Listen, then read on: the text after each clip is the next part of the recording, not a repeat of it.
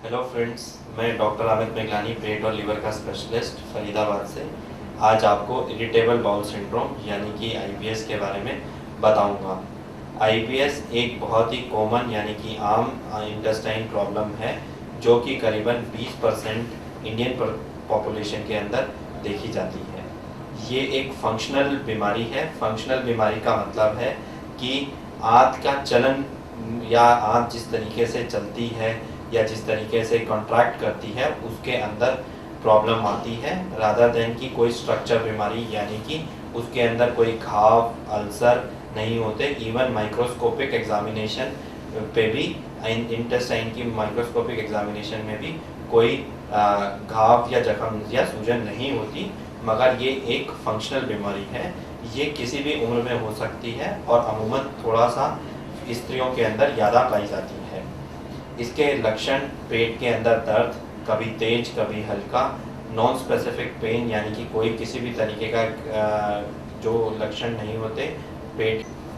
IBS यानी irritable bowel syndrome के अंदर पेट में दर्द होना, हल्का या तेज, कभी दर्द का एकदम अचानक आ जाना और गायब हो जाना। इसके अलावा पेट में सूजन, गैस बनना,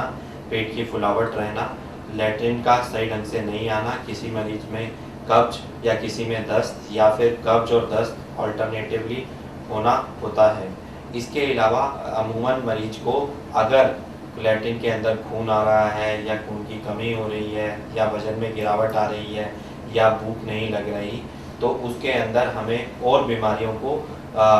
रूल आउट करना होता है, देखना होता है कि भाई कोई और बीमारी जैसे कि inflammatory bowel disease, ulcerative colitis, coeliac disease, TB या कोई और कैंसर के लक्षण तो नहीं है, क्योंकि अमूमन इरिटेबल बाउल सिंड्रोम और अन्य बीमारियों के लक्षण में ओवरलैप होता है, सामान्यता होती है, जिसके कारण कई केसेस के अंदर हमें कुछ ब्लड टेस्ट और कुछ एंडोस्कोपी या कोलोनोस्कोपी कराने की ज़रूरत होती है। पेट के लक्षणों के अलावा मरीज के अंदर थकान रहना, शरीर में दर्द रहना, सर दर्द रहना और नींद ना आना भी कई मरीजों के अंदर इसके साथ लक्षण हो सकते हैं। कोई भी टेस्ट आईबीएस को कंफर्म नहीं करता। बेसिकली ये एक नेगेटिव रूल आउट डायग्नोसिस है, यानी कि हमें बाकी बीमारियों को निकाल के जब हम रूल आउट कर लेते हैं कि कोई और बीमारी नहीं है, तब हम मरीज को आईबीएस लेबल करते हैं। बहुत सारे मरीजों के अंदर अधिकतर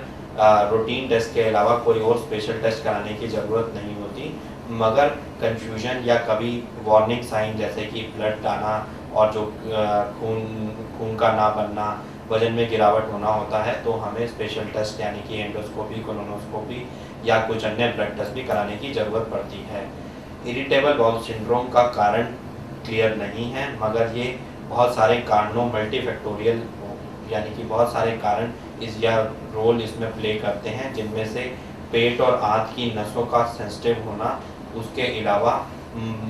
माइंड का स्ट्रेस भी एक मेजर कारण होता है, जिसके कारण माइंड से सिग्नल इंटेस्टाइन में जाते हैं और वो पेट की मूवमेंट को डिस्टर्ब करते हैं, आंत की मूवमेंट को डिस्टर्ब करते हैं। इसी कारण मरीज को पेट में दर्द होना या बार बार दस्त होना या कब्ज होना होता है। इसके अलावा मरीज की इंटेस्टाइन बड़ी सेंसिटिव होती है, जिसके कारण वो कुछ फूड खाने के पदार्थ नहीं सहन कर पाती, या फिर वो ज़्यादा सेंसिटिव होती है पेन के कारण, जिसे कहते हैं विसरल हाइपर सेंसिटिविटी। कई बार लगातार पेट में, आंत में इन्फेक्शन होने के कारण पेट और आंत की नसें भी सेंसिटिव हो जाती हैं और वो इरिटेबल बाउल सिंड्रोम को पैदा कर सकती हैं।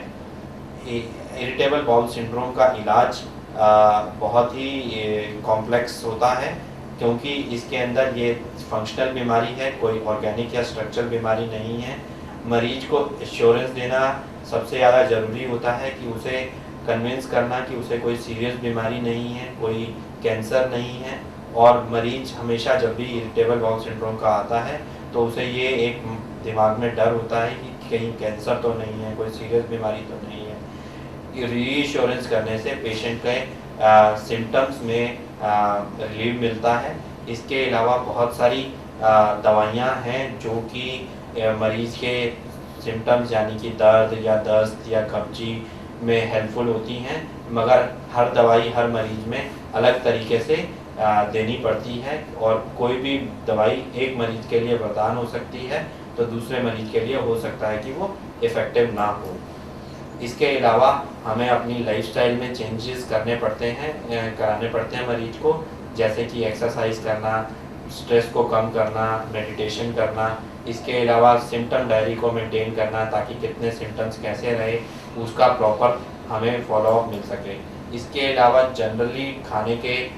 डाइटरी एडवाइस के अंदर मरीज को रेगुलर मील्स लेने चाहिए, कोई भी मील स्किप नहीं करना चाहिए, जल्दी में नहीं खाना चाहिए, पानी खूब पिए। इसके अलावा मरीज को अल्कोहल या टी कॉफ़ी अवॉइड करनी चाहिए,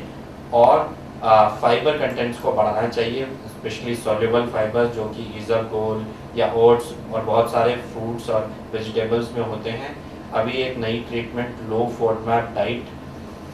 रिकमेंडेड करी गई है in western population, Indian studies नहीं है, बट इसके अंदर मरीज को बोला जाता है कि वो जो खाने हैं जिनके अंदर लैक्टोज ज़्यादा है, जैसे मिल्क, आइसक्रीम, चीज़, चॉकलेट, इनको अवॉइड करें। उसके अलावा कुछ फ्रूट्स लाइक एप्पल, चेरीज़, इनको भी ना ले, और आर्टिफिशियल स्वीटनर्स भी अवॉइड करें। जो ट्रीटमेंट है उसके अंदर हमें पेन किलर्स यानी कि पेन एंटीस्पाज्मोटिक्स भी देने पड़ते हैं, कॉन्स्टिपेशन, डायरिया के लिए देना पड़ता है। इसके अलावा मरीज का क्योंकि बहुत सारे मरीजों में स्ट्रेस भी रोल प्ले कर रहा होता है आईबीएस के अंदर, तो हमें कई बार एंटी डिप्रेसेंट्स भी देने पड़ते हैं, और अगर मरीज इन दवाइयों से नहीं आराम पड़ता तो हमें कई बार साइकोलॉजिकल ट्रीटमेंट यानी कि जिसे टॉकिंग ट्रीटमेंट भी बोलते हैं, in the form of cognitive behaviour therapy या हिप्नोथेरेपी या साइकोलॉजिकल थेरेपी भी देनी पड़ती है। एक बात जो ज़रूरी है कि जो आईबीएस के सिम्टम्स हैं वो आते जाते रहते हैं, मगर आईबीएस मरीज की लाइफ को कम नहीं करता, और ये ना मरीज के अंदर कैंसर पैदा करता है। मरीज को कैंसर होने का रिस्क उतना ही है जितना कि एक